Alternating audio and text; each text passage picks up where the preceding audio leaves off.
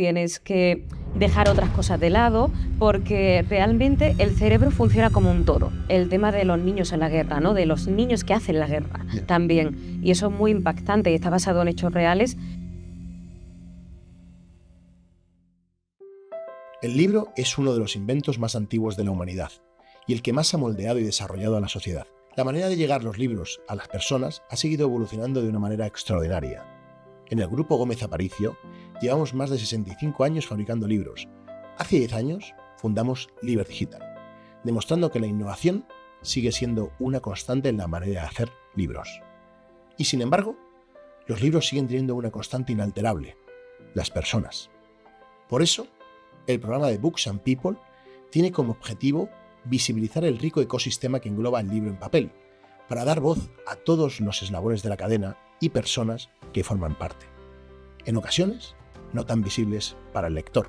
Es un homenaje al libro, a todas las personas que forman parte de este maravilloso mundo y los lectores. Hablaremos con escritores y escritoras, traductores, editoriales, librerías y también con oficios menos conocidos para el lector como distribuidores, imprentas, maquetación, etc., para desengranar las peculiaridades de cada ángulo que compone la cadena del libro. De esta manera, daremos luz a este mapa conceptual que hemos creado para entender la riqueza que hay detrás del libro. En definitiva, Books and People es un tributo a las personas que hacen libros y a los libros que hacen a las personas. Hoy recibimos en el programa de Books and People a Paloma Rivas, una psicóloga con una trayectoria realmente inspiradora. Paloma tiene 34 años, es neuropsicóloga y psicóloga sanitaria, con más de 11 años de experiencia clínica. Además, compagina su labor asistencial con la docencia como profesora adjunta en la Universidad Internacional de La Rioja y en la Universidad Europea. En el ámbito literario, ha publicado 2 cuentos infantiles, uno de ellos en colaboración con la Casa Natal Picasso y el Ayuntamiento de Málaga, ambos reconocidos con premios nacionales en 2021 y 2023.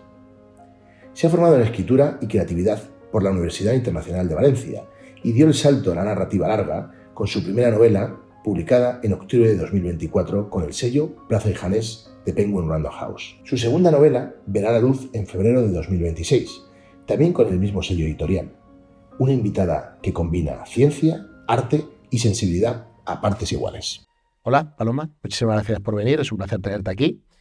Como el podcast trata de visibilizar todo lo que es la cadena de valor del libro y de alguna manera pues lo que hemos hecho es un mapa conceptual donde marcamos todos los agentes, todos los actores que intervienen en esta cadena y hoy nos ha tocado el turno de una escritora, que es fundamental, ¿no? Porque no habría libros sin escritores, por lo tanto es un placer tenerte aquí y como siempre, agradecer el espacio, agradecerte tu presencia, agradecer el espacio a la Mistral, siempre por este espacio mágico para poder hablar de libros, a todo el equipo de Books and People que está detrás de las cámaras y en todas las plataformas de redes sociales.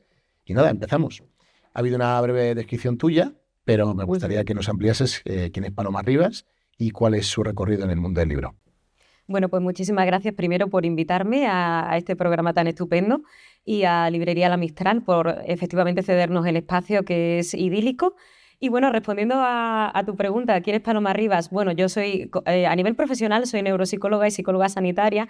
Es un poco difícil definir quién es una persona, ¿no? Pero digamos a nivel laboral podríamos decirlo de esta forma. Y mi recorrido en el mundo del libro pues se origina un poco también a través de mi profesión, ¿no? Porque tanto los psicólogos, los neuropsicólogos como los escritores trabajamos con palabras, con conceptos y con ideas. Entonces, yo empecé de forma, digamos, he escrito toda la vida, cuando he sido pequeñita, para plasmar ideas, sentimientos, emociones. También desde pequeña registraba en un diario que me regaló mi padre pues algunos acontecimientos importantes o que consideraba importantes en ese momento de mi vida. Y de forma un poquito más profesional, digamos que empecé a escribir en 2021, publiqué mi primer cuento infantil, que se titula Artemisa está en guerra, la batalla contra los trastornos alimentarios, y era un cuento de prevención, sigue siendo un cuento de prevención sobre los TCA para los menores. Después escribí otro cuento infantil, A nosotros nos pintó Picasso, que lo saqué con la Casa Natal Picasso, tuve ese privilegio, sobre niños neurodivergentes, y después di el salto a la novela, con el sello Penguin Random House y Plaza y Janés, así que muy contenta. Que se publicó en noviembre pasado. En octubre, sí, en octubre de 2024, efectivamente, sí. Vale, bueno, voy a hacer una pregunta que va a parecer súper obvia y la gente dirá, pero ¿cómo hace esta pregunta? Pero es una pregunta, esta es la parte de preguntas del bloque de preguntas comunes y es una manera también de visibilizar que el escritor pues, hace muchas más cosas que escribir, ¿no? Pero bueno, para ponernos en contexto y por obvio que parezca, ¿qué hace una escritora aparte de escribir, ¿no? Bueno, pues en mi caso intento llenar los espacios en los que no estoy trabajando tanto en psicología, neuropsicología como escritura, que también es mi trabajo efectivamente.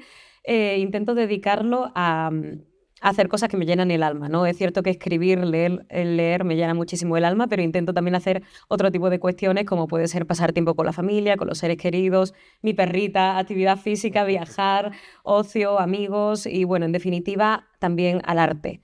Porque es cierto que la escritura es una forma de arte, pero cualquier forma de arte es la máxima expresión del ser humano e intento dedicarla a empaparme de todo esto. Muy bien. Bueno, vamos a, que es la última pregunta de bloque común. ¿Cómo crees que ha cambiado el mundo del libro en los últimos 10 años? Bueno, creo que, y esto quizá lo puedes responder tú más que yo, pero creo que en los años 2020-2021 se vendieron muchísimos libros por la cuestión de la pandemia, el encierro, ¿no? Creo que ahí hubo un auge, ¿no? de la literatura, de la escritura. Necesitábamos llenar efectivamente los vacíos existenciales que teníamos de otra forma con aventuras, con historias que nos complaciesen. Y bueno, sí que es cierto que lo que yo he percibido en los últimos años, no sé si en los últimos 10, pero sí en los últimos años, sobre todo desde que he publicado la novela, es que la gente lee mucho por ebook, ¿no? ¿Ah, sí? Sí, que la gente lee mucho, mucho por ebook, que quizás ese ha sido un poco el cambio que yo he percibido, ¿no? De las... Bueno, aquí estamos rodeados de libros en físico, ¿no? Pero exactamente en papel, pero la gente pues ha pasado un poco también a llevar sus tabletas, sus cosas y desde un punto de vista de datos reales, es verdad que hubo un auge importante del 2008 al 2012, 2013, que además es cuando más toca suelo, digamos, los mínimos a nivel de producción de libros, de libros editados, pero a partir de 2012 empieza a crecer el libro en papel, cada vez más, hasta cotas históricas, como hemos podido vivir en este año, en el año pasado, 2024, que ha crecido el mercado un 9%, es algo, vamos, histórico, y ha recuperado niveles de los niveles más, digamos, más saludables, ¿no? Del pasado, ¿no? Y es cierto que el libro electrónico, que lógicamente tiene su presencia y tiene su cabida, ¿no? Porque al final lo importante es la lectura, ya sea el audiolibro, igual el formato, yo siempre digo que lo importante es leer. Pero es verdad que el libro electrónico se considera, o el formato de libro electrónico, libro digital, se considera que es ese producto que muere en su fase de crecimiento, ¿no? Y aunque sigue siendo importante en el mercado, en España por lo menos, no tiene una presencia importante. Pero bueno, que al final eso cada uno tiene ahí muchas veces. Yo quiero, bueno, sí que es cierto que bueno, las nuevas tecnologías nos han dado más accesibilidad a todo, ¿no? Entonces es cierto que pienso que por eso la gente también lee mucho más en digital, ¿no? También quizá periódico digital, lo que son redes sociales, todas estas cuestiones, sí, ¿no? Pero como bien decimos, lo importante es leer, aunque bajo mi opinión, el libro en papel tiene una magia que no la tienen otro tipo de formatos, pero bueno. Lo habrá un defensor de todos los formatos. Es verdad que en edades infantiles, o sea, cuando estamos hablando de niños, es fundamental que lean en papel. Sí. Y alejarse de las pantallas. Pero en el adulto tiene más beneficios leer en papel, pero no es tan significativo como para que decidas leer en papel si prefieres leer en formato electrónico. Sí, pero como bien dices, en etapa de neurodesarrollo es súper importante que adquieran esos conocimientos porque realmente la escritura y la lectura, que si quieres lo hablamos más adelante. Sí, hay varias preguntas sobre exactamente, son conocimientos adquiridos, ¿no? Es decir, no son sentidos básicos como es la vista o es el tacto. Entonces, es necesario que efectivamente en esa fase del neurodesarrollo los niños y los adolescentes pues adquieran conocimientos de estas características a través de medios más analógicos. Bueno, vamos a pasar al bloque de preguntas específicas, en tu caso como escritora. Y bueno, vamos a ahondar primero pues, tú publicaste en octubre tu primera novela. ¿Cuándo y cómo nace la idea de tu primera novela? Vale, pues mi primera novela, Los versos sueltos del Edén. La novela realmente nace, bueno, yo tenía claro de que quería pasar de los cuentos infantiles a escribir una novela adulta porque sentía que tenía muchas cosas que contar, pero realmente nace de, pues, un poco de la necesidad de recopilar vivencias y experiencias en clínica, historias de pacientes y plasmarlas con un conducto, ¿no? Que ya es la trama de la novela, plasmarla pues efectivamente en una historia que también acerca la salud mental al lector y la enfermedad mental, pero quizás no desde un prisma tan... Sí. desde un ensayo. No es un ensayo, Sí. es novelado, es ficcionado, pero es una forma también de acercar tanto la salud mental como la enfermedad mental, porque sí que es cierto que hablamos mucho de salud mental, pero nos olvidamos de alguna forma que esto surge por el padecimiento y el sufrimiento de las personas que están detrás, ¿no? Entonces, bueno, esa fue prácticamente la idea, el poder dar voz al sufrimiento de esas personas. Genial, Ujú. interesante. ¿Cómo fue, hablando un poco siempre de desde el punto de vista de esta primera novela, cómo fue el proceso de escritura? ¿Cuánto tiempo te llevó terminar el manuscrito? Además, tú que además compaginas la escritura con tu vida profesional en la parte de la psicología. Y bueno, y lo siguiente te lo pregunto. Vale, genial.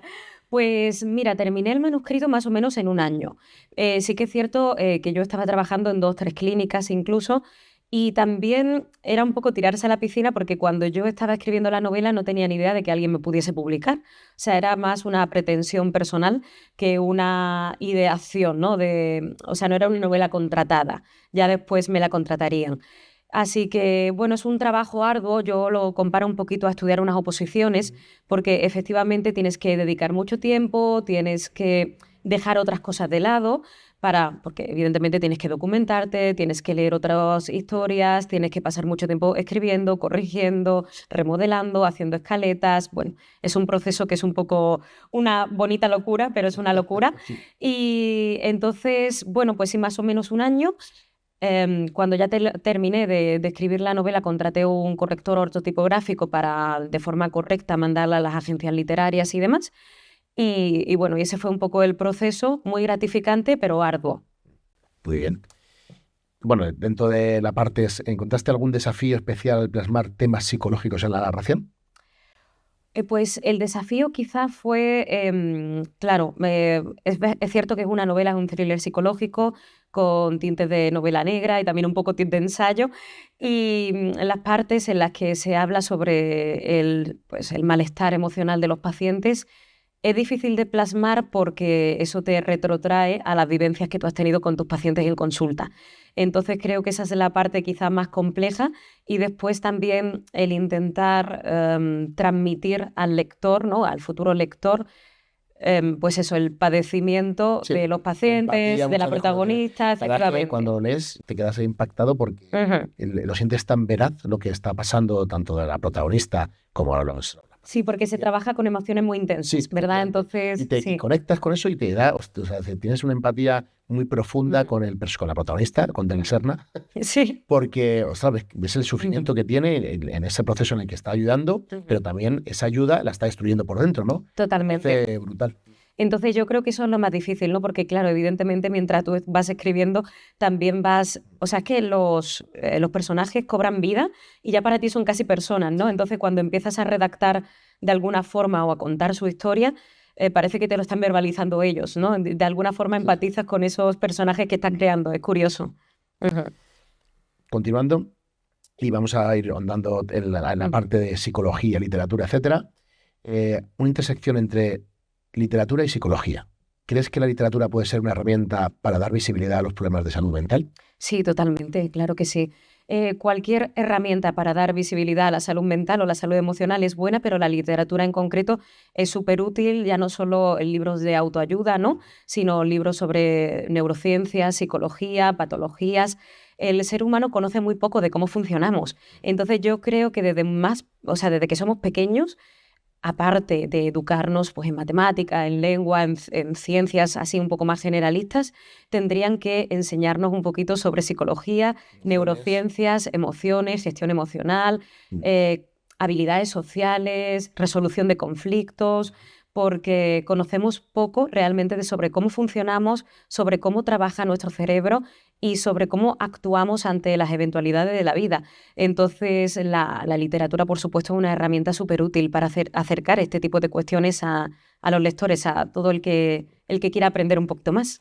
La verdad es que en tu novela se ve así, ¿no? Es decir, de alguna manera es una historia, ¿no? Que entra por licor dulce, ¿no? O sea, que de repente entra suave, pero te enteras de un montón de cosas, ¿no? De patologías que existen, que yo no sabía ni que existían, y que luego la manera muchas veces de cómo se tratan los pacientes y también incluso si a veces se maltratan, ¿no? Quizá. Sí, es cierto. Y esto no es porque las instituciones quieran maltratar a los pacientes, ni muchísimo menos. Es muy difícil gestionar una institución con personas con trastornos mentales graves, ¿no? En el caso de mi novela hay algunas personas que sí que tendrían trastorno mental grave, otras no, pero es complejo, es difícil y a veces no tenemos los recursos suficientes para atender todas las necesidades que tienen las personas afectadas, sí. Y los familiares. Bueno, y los familiares que a veces son los grandes olvidados, pero también necesitan apoyos emocionales, psicológicos, pautas. Como se ve en la novela, a veces lo sufren y a veces son los causantes. Sí. A veces son los causantes, sí. Claro. La intención. Yo siempre digo que la gente cuando viene a consulta, más allá de un diagnóstico o un trastorno, viene a consulta porque sufre por los vínculos emocionales.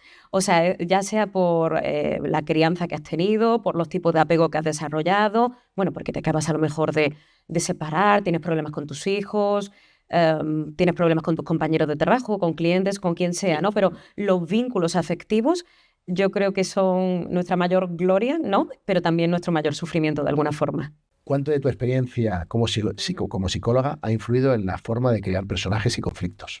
Bueno, muchísimo, ¿no? Porque sí que es cierto que una virtud quizá que tenemos los psicólogos, los neuropsicólogos que escribimos este tipo de novelas o de ficción, es que casi no tenemos que pensar en cómo crear un personaje porque es que estamos cargados de personajes. O sea, y entiéndase lo que quiero decir, ¿no? No es que los pacientes sean personajes, sino que es que algunos tienen historias de vida tan sumamente llamativas, complejas, difíciles, distintas, peculiares, que claro, tomar pinceladas de algunos pacientes ya nos ayudan a crear a un personaje súper completo, rico y realmente muy interesante para el lector.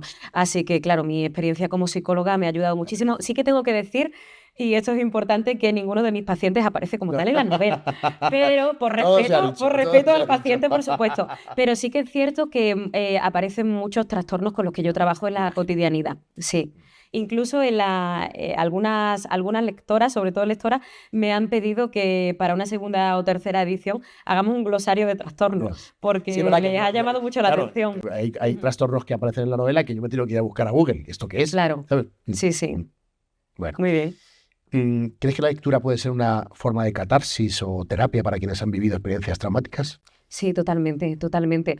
Ya no solo para las personas que hayan vivido experiencias traumáticas, sino para cualquier persona que quiera un poco más despertar a la vida, ¿no? Yeah. Eso decían algunos filósofos, ¿no? Que despertamos a la vida cuando tenemos algún tipo de catarsis o de conflicto interno. Esto creo que lo decía o Heidegger o Hegel, alguno de ellos era el que verbalizaba esto, pero bueno, y Nietzsche también tenía un poco esta idea, ¿no? De que a través del dolor emocional y a través de el arte, y en este caso del arte escrito, pues se podía despertar a la vida, ¿no? El libro menciona filósofos y sí. Yo creo que sí, y lo decía justo Andrea Mateos, que presentó ayer un ensayo aquí justo en la Mistral, que la literatura, la escritura tienen también la función, igual que otros tipos de arte, de generar un poco una revolución dentro de la persona que se expone a ella, ¿no? Así que sí, por supuesto. Y también como material terapéutico. Es súper útil la literatura y la escritura. Y de hecho en terapias como la terapia de aceptación y compromiso o la MDR para trabajar con trauma, no solo trabajamos a través de las palabras habladas, sino de las palabras escritas, a través de metáforas, cuentos y cosas de estas características. La hipnosis emocional está basada precisamente en la metáfora, ¿no? En muchas metáforas que te entran muchos conceptos que uno no sabe a través de traumas, de cambios, de incluso gente que tiene fobias, a través de la metáfora, ¿no? Así como Erikson trabajaba de esa manera, ¿no? Exactamente, también los registros, ¿no? Tanto emocionales como conductuales, como puedan ser también, pues sí, cualquier tipo de expresión emocional a través de la escritura ayuda mucho a canalizar las emociones de los pacientes. Claro. ¿Qué opinas? Bueno, ahora vamos a la parte un poco más editorial. ¿Qué opinas del mundo editorial después de haber pasado por este proceso? ¿Y cómo lo imaginabas, no? De alguna manera imagino que, bueno, cuando estuviste sin tener la novela todavía contratada, la terminaste y me imagino que habías pensado cómo sería, ¿no? El mundo editorial de alguna manera y cuál es el que te has encontrado, ¿no? Pues mira, yo tengo que decir que estoy muy agradecida porque cuando, como he comentado antes, cuando yo estaba escribiendo la novela en casa, en ningún momento, o sea, tenía la ideación efectivamente de sacarla en algún momento, ¿no? Pero no pensaba que una casa editorial tan grande como Penguin Random House pudiera interesarse en la novela. El sello de Plaza y Janés, que además es un lujo absoluto, y mis editores es que son fantásticos. Es que yo nada más que tengo palabras de agradecimiento, de verdad que sí, desde mi agente literaria, Alicia González Sterling, hasta mis editores, correctores. En mi caso, creo que puedo decir que mi novela la han cuidado muchísimo. A mí como autora también me han cuidado muchísimo hasta el último detalle. Es cierto que quizá a veces lo que más puede generar un poco de inquietud al autor son el tema de las fechas, de tener que llegar a unas fechas, de que hay cosas del procedimiento que no entiendes bien, porque claro, yo vengo de un mundo sanitario que nada tiene que ver con este, entonces hay algunas cosas que te pierdes un poquito, pero realmente es todo, bueno, en mi experiencia ha sido todo muy gratificante. Esa importancia de la mano de un agente literario, ¿no? Que al final te agarra, te lleva de la mano a las mejores... a los mejores lugares, ¿no? Y dentro de que te lleva de la mano a los mejores lugares, pues después la suerte, ¿no? De estar en una muy buena ubicación, por llamarlo de alguna forma, claro. Orgullosa porque, claro, hemos hablado la cantidad de títulos de manuscritos que recibe desde una agencia literaria a una editorial y es masivo. Miles y destacadas ahí es muy complicado, o sea que es tener algo genuino realmente para que sobresalga ante tanto. Gracias. Buena, con el vamos. Gracias. La verdad que sí, la verdad que no es fácil y hay mucha gente que es válida y queda en el camino, ¿no? Porque es cierto que de alguna forma los editores también tienen que seleccionar, por supuesto, y bueno, no quiere decir ni que una obra realmente ni sea mejor ni peor, simplemente a lo mejor llega en el momento oportuno. A mí me pasó que, y eso es peculiar y quizá es gracioso contarlo, que justo pues en Penguin, en algunos de los sellos de Penguin, estaban buscando una obra semejante a Los renglones torcidos de Dios. Y justo en el momento en el que yo envié mi novela a mi agencia literaria. Entonces, claro, mi agente directamente, sí, bueno, vamos a mandar esto a Penguin y en algún lado nos querrán. Y efectivamente así ha sido, pero la anécdota fue un poco esa. Así que es estar como un poco... trabajar la suerte, ¿no? Pero después ese componente también de suerte vital de estar en el sitio indicado, en el momento indicado. Y que sea bueno, es decir, que... Sí, bueno, que les guste al editor. Pero bueno, yo tengo mucha suerte con mis dos editores, con Gonzalo Albert y con Alberto Marcos y bueno, un lujo total. Pero bueno. ¿Qué consejo le darías a alguien que sueña con publicar su primera novela? Bueno, pues el primer consejo es leer muchísimo, porque pienso que no se puede escribir sin leer. Creo que hay que informarse muchísimo, documentarse muchísimo y evidentemente leer también te va a ayudar a ganar bagaje como autor, ¿no? Como escritor. Y después constancia como un trabajo. Ya te digo, aunque no tengas seguro qué va a pasar después, si vas a conseguir publicar, si no, pero mucha constancia a la hora de escribir. Después, en el proceso de llegar a una editorial, pues yo recomiendo la mano de un agente literario. La verdad que sí. ¿Cómo llegué yo a mi agencia literaria? Pues llegué con el manuscrito, que estaba corregido por un corrector ortotipográfico, y después también le hice una propuesta editorial. O sea, de un poquito de por qué creía yo que mi novela pues, podría gustar en el mundo editorial y demás. Y también mandé mi currículum como psicóloga y neuropsicóloga, eso aparte. Digo, bueno, por si sirviese de algo. Y si no, pues si alguien me quiere para una sesión psicológica. Así que si no quieren la novela, por si alguien me quiere contratar por otras cuestiones. Así que, pero bueno, ese sería un poco el procedimiento, pero sobre todo eso, mucha constancia y también amor por lo que se está haciendo, ¿no? Si no disfrutas el camino, es complicado. Tienes que amar de alguna forma lo que estás haciendo, sí. Sí, además debe ser complicado, ¿no? Con una vida, ¿no? Sí, ajetreada, las vicisitudes del día a día, ¿no? Las gestiones de... El trabajo, el ocio, ¿no? Que también queremos de alguna manera. Sí, claro, también, el autocuidado, el descanso. Es eso, tienes que hacer otras cosas para... O sea, de alguna forma tienes que... Pues no sé, no puedes quizás salir a hacer tantas actividades fuera de casa, tienes que concentrarte, dedicar más tiempo... Esto a veces la familia, pues los amigos, las parejas lo comprenden, no lo comprenden, pero bueno, quien te quiere te apoya y está a tu lado, eso está claro, sí. Muy bien. Bueno, pues buen consejo, es decir, la Sí. gente que está escuchando. Sí, por mucha eso en gente que- general, para la persona que escriba y que quiera publicar, que las personas que te quieren y que confían también en tu proyecto y en tus Sí, ideas, no, es que- te van a apoyar. Claro, Sí. porque es muy importante que la persona que tenga, claro, que es un proceso de mucha soledad, ¿no? Escribir. Sí, en porque esa además parte- necesitas estar solo para escribir. O sea, puedes en un momento determinado estar con alguien en el salón de casa, pero no puedes estar viendo una película y hablando con tu madre mientras Sí, sí. estás escribiendo una novela. La Eso gente está tiene que claro. apoyar esto, Ujú. hablábamos la comparación a veces con un opositor, ¿no? Sí, La pareja del exacto. opositor Sí, sí. apoyan al opositor, a la opositora, porque de alguna manera es que es un trabajo en la soledad, el estudio, Sí. etcétera, y esto es igual, uno se encierra. se Y la documenta. gratificación llega después. Correcto. Y a veces llega y a veces no llega. Por Y a eso veces también no hay que llega, tener claro. mucha paciencia, mucha constancia, insistir y bueno, y autocuidado también. Y hay veces que también hay que dejar reposar las historias. A mí no me ha pasado, pero sí que es cierto que con otros autores y autoras con las que he hablado me dicen, bueno, yo dejé en el cajón 3, 4 meses la novela y después la retomé, ¿no? Porque, bueno, a veces te Hay lo una historia pide. que a mí me encanta y Sí. sale del prólogo de Almudena Grandes del libro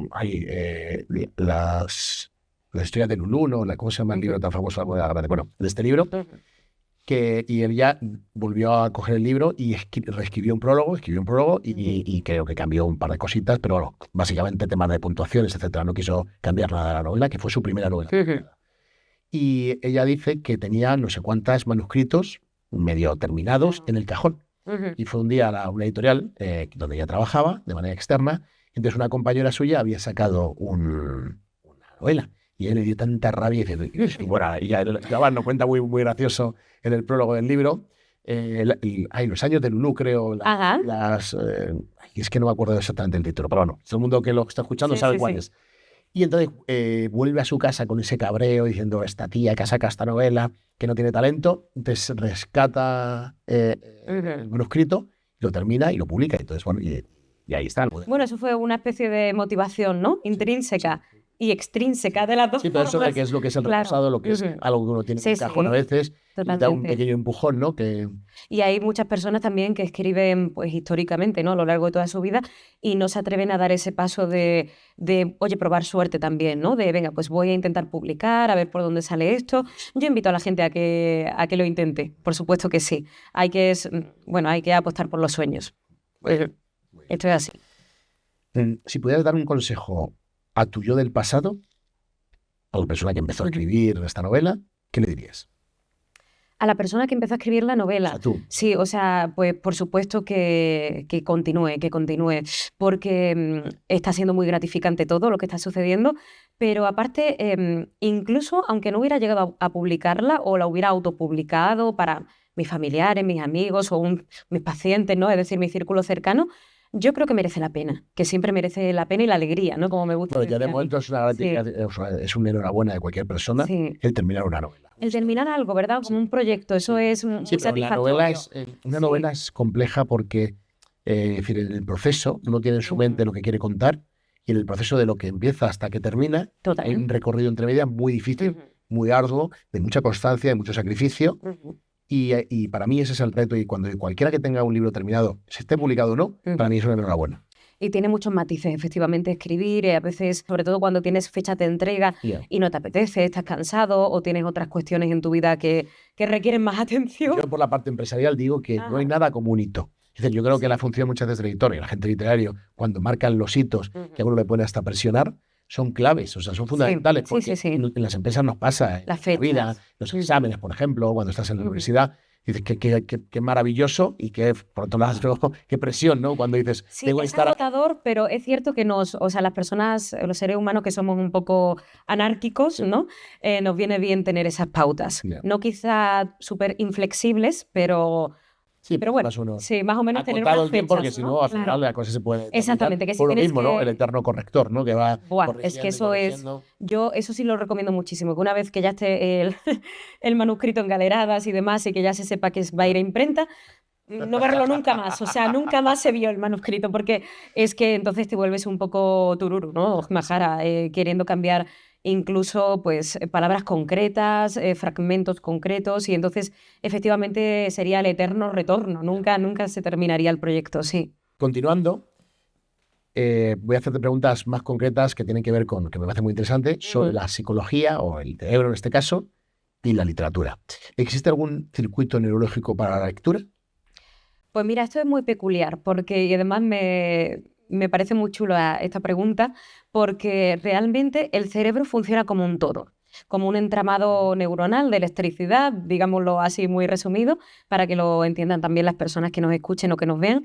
Y realmente un circuito como tal no existe, pero tenemos diferentes áreas en el cerebro, en concreto Broca y Wernicke, que son las de la expresión y la comprensión, que evidentemente no solo nos ayudan a procesar lo que nos entra por los oídos de alguna forma, sino también lo que leemos y lo que escribimos. Entonces, sí que es cierto que de alguna forma tenemos esas dos áreas cerebrales, neurológicas, que nos ayudan a que la capacidad intrínseca que tenemos el ser humano de comunicarnos entre nosotros sea plausible y comunicarnos de cualquier forma, ¿no? Porque es lo que comentábamos antes, realmente la escritura, la lectura, incluso el lenguaje a través de las palabras no son sentidos básicos, pero lo desarrollamos, lo hemos conseguido desarrollar, También ¿no? el cerebro está preparado para eso, ¿no? Porque quiere decir, Exacto. creo que el hecho, la acción de lectura, o sea, caracteres que uno interpreta en su mente creando palabras y luego creando historias y frases enteras, es casi un milagro del cerebro. Es un milagro. Esto, ¿no? Es un milagro total. Y sí que es cierto que esto sí que se ha estudiado a través de resonancias magnéticas y demás, es que cuando algo nos genera un nivel elevado de emoción, ya sea la emoción que sea, el sistema límbico se hiperactiva. Y claro, evidentemente cuando también leemos o escribimos y lo que estamos leyendo o escribiendo tiene un alto contenido emocional para nosotros, ya sea de felicidad, bienestar o de sufrimiento o de rabia, ira, tensión, dolor, el sistema límbico se hiperactiva también, ¿no? Entonces, ¿esto qué quiere decir? Que nuestro cerebro también agradece de alguna forma y está preparado de alguna forma y se desarrolla de alguna forma a través de la lectura y de la escritura. Claro. Mira qué importante eso, que se sepa y que digamos que sea casi como un altavoz para que entienda la gente la importancia de la lectura, sobre todo en edades tempranas. Total. Que es clave para el desarrollo del cerebro. Claro, y para los niños súper importante que escriban a mano. Súper importante que escriban a mano, porque esto también le ayuda a la zona de la corteza prefrontal, a la toma de decisiones y también al desarrollo del el sistema motor fino, ¿no? Bueno, se ha visto en países del norte, como Finlandia, etcétera, que han hecho un viraje absoluto del modelo de educación basado en pantallas y en todo lo que tiene que ver temas digitales, a decir, oye, si es que eso se aprende, ¿no? Sí. Y han vuelto a la lectura en papel, a la escritura, porque es fundamental lo que te decía, o sea, el mero hecho de trazar ideas en un papel es fundamental para el desarrollo correcto del cerebro. Sí, y para también potencializar la imaginación. Claro, efectivamente. Es que es esto también, ¿no? Sí. O sea, que sí, que no existe, o sea, no existe un conducto como tal, porque además es que el cerebro funciona como un todo, pero sí tenemos diferentes áreas que son súper necesarias para que podamos hablar, escribir, leer y comprender esa información, por supuesto.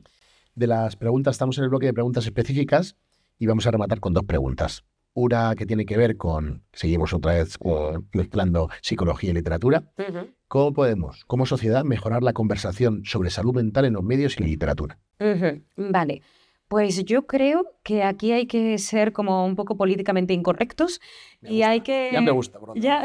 Aquí hay que ser un poco políticamente incorrectos y hay que atreverse a hablar de todo y a escribir de todo, porque sí que es cierto que a veces... Y esto, creo que los editores, las editoriales, en algunas ocasiones quizá, por no abrir melones... Suavizan algunos. Sí, suavizan ciertos temas. Bueno, creo que ahora no, ¿eh? Yo creo que ahora estamos ya en la línea de hablar de todo, de compartir todo y de poner encima de la mesa que hay cuestiones que quizás se han tapado durante mucho tiempo, como el tema del suicidio, ¿no? Que era casi una vergüenza en las familias hablar de que un tío, un primo, un hermano se hubiese suicidado. Y oye, es que esto se previene efectivamente hablando sobre ello. Entonces, en la literatura es importante sacarlo, el tema también de los abusos sexuales, agresiones, cuestiones, cualquier cuestión que sea trepidante, ¿no? Hay que expresarla, hay que contarla. Entonces, yo creo que el mundo de la literatura y de la comunicación tiene que hacer un papel muy importante ahí, ¿no? Como tratar de todo lo que hay en la realidad, ¿no? Aunque a veces sea escabroso y nos duela incluso leerlo. Sí, cuesta a veces leer a fragmentos de algunas historias. Exactamente. Hay un fragmento pues, de un abuso sexual que dice, y eso que está muy bien narrado y cortado en el momento exacto, que otras a uno le revuelve un poco, ¿no? Y dice, joder, es que, y esto es una realidad, es que esto existe, y es que esto hay que quitarlo, ¿no? A mí me impactó en una novela que leí recientemente de Carmen Mola, la última que sacaron, el tema de los niños en la guerra, ¿no? De los niños que hacen la guerra también. Y eso es muy impactante y está basado en hechos reales, pero es que esto hay que comunicarlo porque efectivamente en países concretos esto es casi el pan de cada día, pero en países como el nuestro esto parece como imposible y no lo es. Hay niños que se ven expuestos desde muy pequeños para sobrevivir o porque los han obligado evidentemente a llevar a ese ritmo de vida, que es que con 7, 8, 9 años están jugando con fusiles. Entonces esto es desagradable, es muy desagradable, pero es que si no se cuenta tampoco se puede solucionar. Sin hacer spoiler, pero esta pregunta te lo tengo que hacer. Ya estás trabajando en tu nueva historia, en tu nueva novela.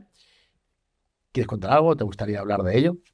Vale, muy bien. Pues sí, principalmente que la entrego dentro de 2 meses y poco, el primer manuscrito, que después efectivamente hasta que se publica esto tiene diferentes reescrituras, cambios y demás. Espero que no demasiadas, pero seguro que algo hay que modificar, porque efectivamente después tiene que pasar por bastantes manos, lectores cero, el editor y todo esto. Pero bueno, sería una continuación de la primera. O sea, de volvemos lo a que la- pasó de la Solto Serna, Sí, ¿no? Ali de la Serna, Es efectivamente. un personaje, vamos, Es peculiar. Sí, Sí, protagonista. es peculiar. Sí, a mí me empatizo, es muy característico. Sí, sí. Y bueno, en definitiva es una continuación, pero son novelas autoconclusivas. Es decir, te vas a poder leer la segunda sin necesidad de leer la primera y la primera sin necesidad después de leer la segunda, aunque realmente esa es la intención, ¿no? Que a la gente le genere ese gusanillo de querer seguir leyendo. Pero bueno, muy, muy contenta y dentro de poco pues ya tenemos otra por aquí. Bueno, genial. Bueno, enhorabuena. Gracias. Yo quería hablar de tu libro. He venido a hablar de mi libro.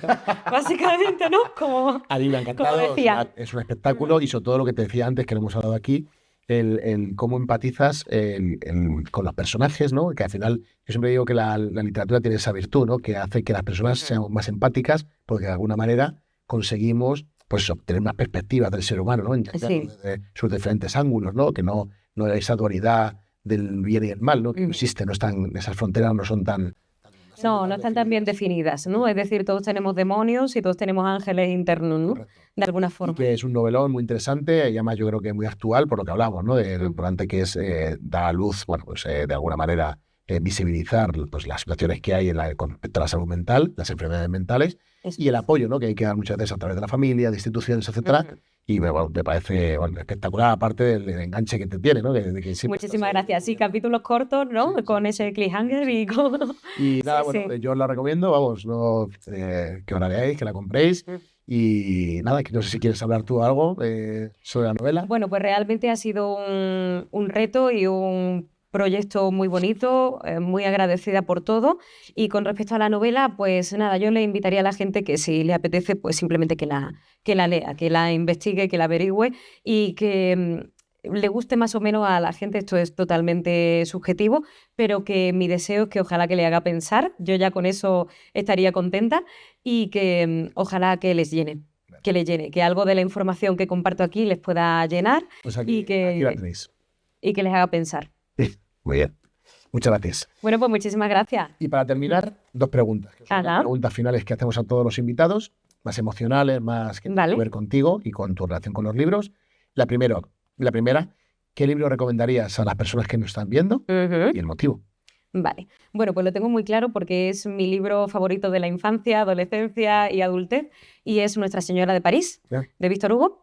Y lo recomiendo muchísimo porque además es que el personaje de Esmeralda, de la gitana, me parece un personaje femenino muy atípico para la época, ¿no? En la que se escribió la novela, pero muy reivindicativo, muy feminista y bueno, me parece ideal y creo que es de obligatoria lectura tanto para hombres como para mujeres, ¿no? Pero es estupendo. Y la pluma de Víctor Hugo, pues es excepcional. ¿Y cuál es tu primer recuerdo con un libro? Pues mira, mi primer recuerdo con un libro...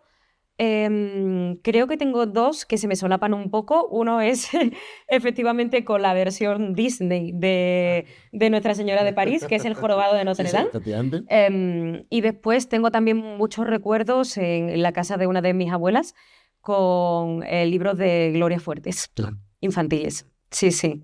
Así que, bueno, asociado también eso a la nostalgia y a la belleza de la infancia, ¿no? De el vínculo con los abuelos, con las abuelas. Así Sí, qué que, bonito ese la verdad, primer muy recuerdo. gratificante, sí. Ese primer recuerdo, ¿no? Que tal Ujú. los libros, ¿no?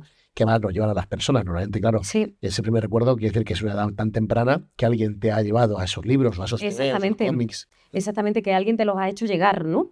Que alguien te los ha hecho llegar y además para mí esto es casi una muestra de cariño, de amor, ¿no? Porque si alguien quiere que abras tu mente, que aprendas, que seas más autónomo, más autosuficiente, más independiente, es porque alguien te quiere, desde luego. Así que, y después es cierto que los cuentos infantiles o las novelas infantiles o juveniles que tienen ilustraciones, pues también ayudan muchísimo a los niños a entrar, ¿no? En las historias. Así que eso lo recomiendo muchísimo. Y para terminar, siempre regalamos un libro a los Bueno, muchas invitados. gracias. Y bueno, espero que te guste. Muchas gracias. ¿Lo abro? Sí, sí, Sí. estás en tu casa. Ay, la perrita. Ay, qué nervios. A ver qué tal. Oh, muchas gracias. Porque a mí es que esta colección me encanta, es la serie gótica de Valdemar. Las ediciones Qué son maravilla. preciosas, preciosas. Y estas son pues historias de Becker que son, vamos. Qué maravilla. Y la encuadernación, qué fantasía. Pues muchísimas gracias. Muchas gracias por la entrevista, gracias por venir y nada, que solo puedo decirte que gracias. Muchas gracias.